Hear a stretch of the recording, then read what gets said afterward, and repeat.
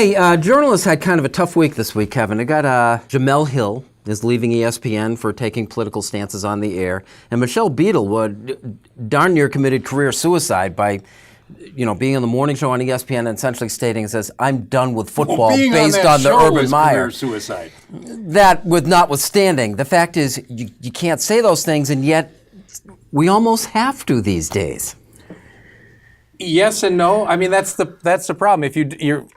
If you do say something, there's going to be quite a percentage of people who disagree and will be screaming and yelling. If you don't say anything, as Tiger has done in issues all his career, really. Man, it got ripped this week. Christine Brennan, nationally, USA Today essentially just called him out for having no opinion. Right. But if he has an opinion, you can't win. You cannot. You really can't win. So Jemele Hill, I think she's really good. I like her. I have from the beginning, way back when it was whatever show that was, Cold Pizza or whatever they called it way back on ESPN2. I thought it was a really good show. This thing that Michele Beadle ended up on in the morning with Greenberg is horrible. What a waste of I know you hours love of this time. stuff. I don't really love it in this sense. To your point about making political comments and all, you reserve the right to do that. I also believe people follow you or watch you based on your job. Now, you are entitled to other opinions, but sometimes there's repercussions that come with it. There's opinions, and then, Jemele Hill went pretty far down the line. I mean, she referred to the president as white supremacist. Now, people all have their opinions, but you're an ESPN host saying that, so she had her issues. Now, and I'll also go down the point of saying, to Kevin's point, Michele Beadle's show is an abject failure, and there is no great shakes there at ESPN to push her out the door in that sense. And Jemele Hill sort of went down that line too, and I think she wants to go in another direction with her career. So I think and there's $1 million she will leave ESPN with. Yes. $1 million she got. Yes. So there is career decisions going into this too. Keep trying.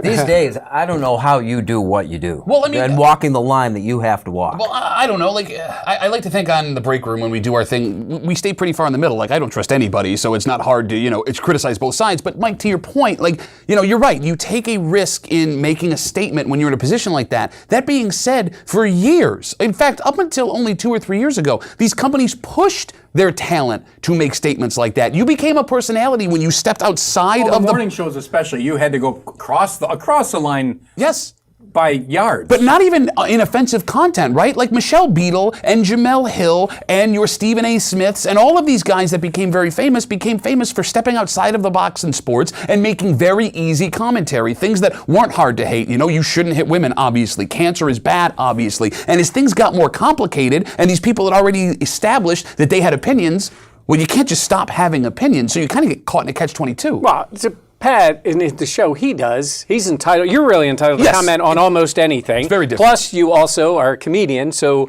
you can use the ability that you can sort of make jokes about it. You have to be careful in how you phrase those things, too.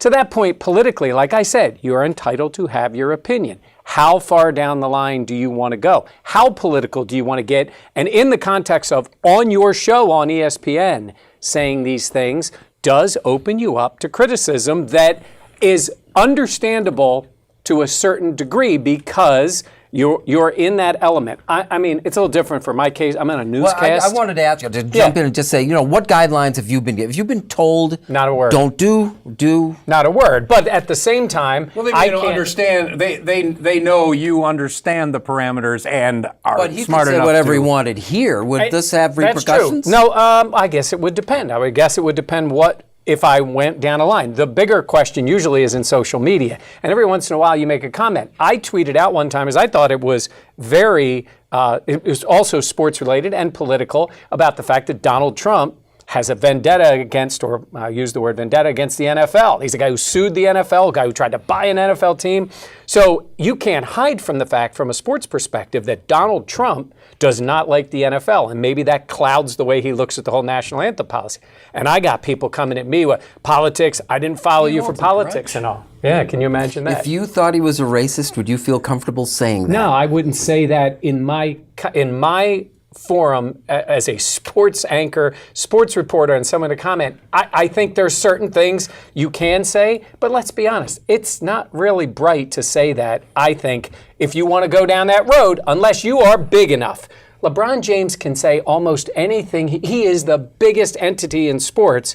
LeBron James can get away with that. I had to say, Jemele Hill can't get away with that. But here's the thing, it's all about perspective, too. Like, no offense to Mike, like, I don't really care about what you have to say about politics, I agree right? with And you, yeah. no one should care about what I have to say about politics, but Jemele Hill has a perspective on what she stated, and that perspective's understandable. Michele Beadle, 100%. In fact, although I don't agree with what Michele Beadle did career-wise, I respect that she has that much conviction, that she feels this way and sees a hypocrisy and doesn't want to deal with it anymore. And how does ESPN now justify her legitimate stance by telling her she can no longer have a job for what she said? I think that these all raise very interesting questions. I think ESPN has every right to say that because you're hired to come and work on ESPN as a sports commentator and reporter in the morning, and the NFL and college football is a huge portion of it. You're 100% fine. Then don't give me these heartwarming stories at the ESPYs of these people that have overcome tragedy and amazing things when you might be facilitating tragedy and horrible things to make money.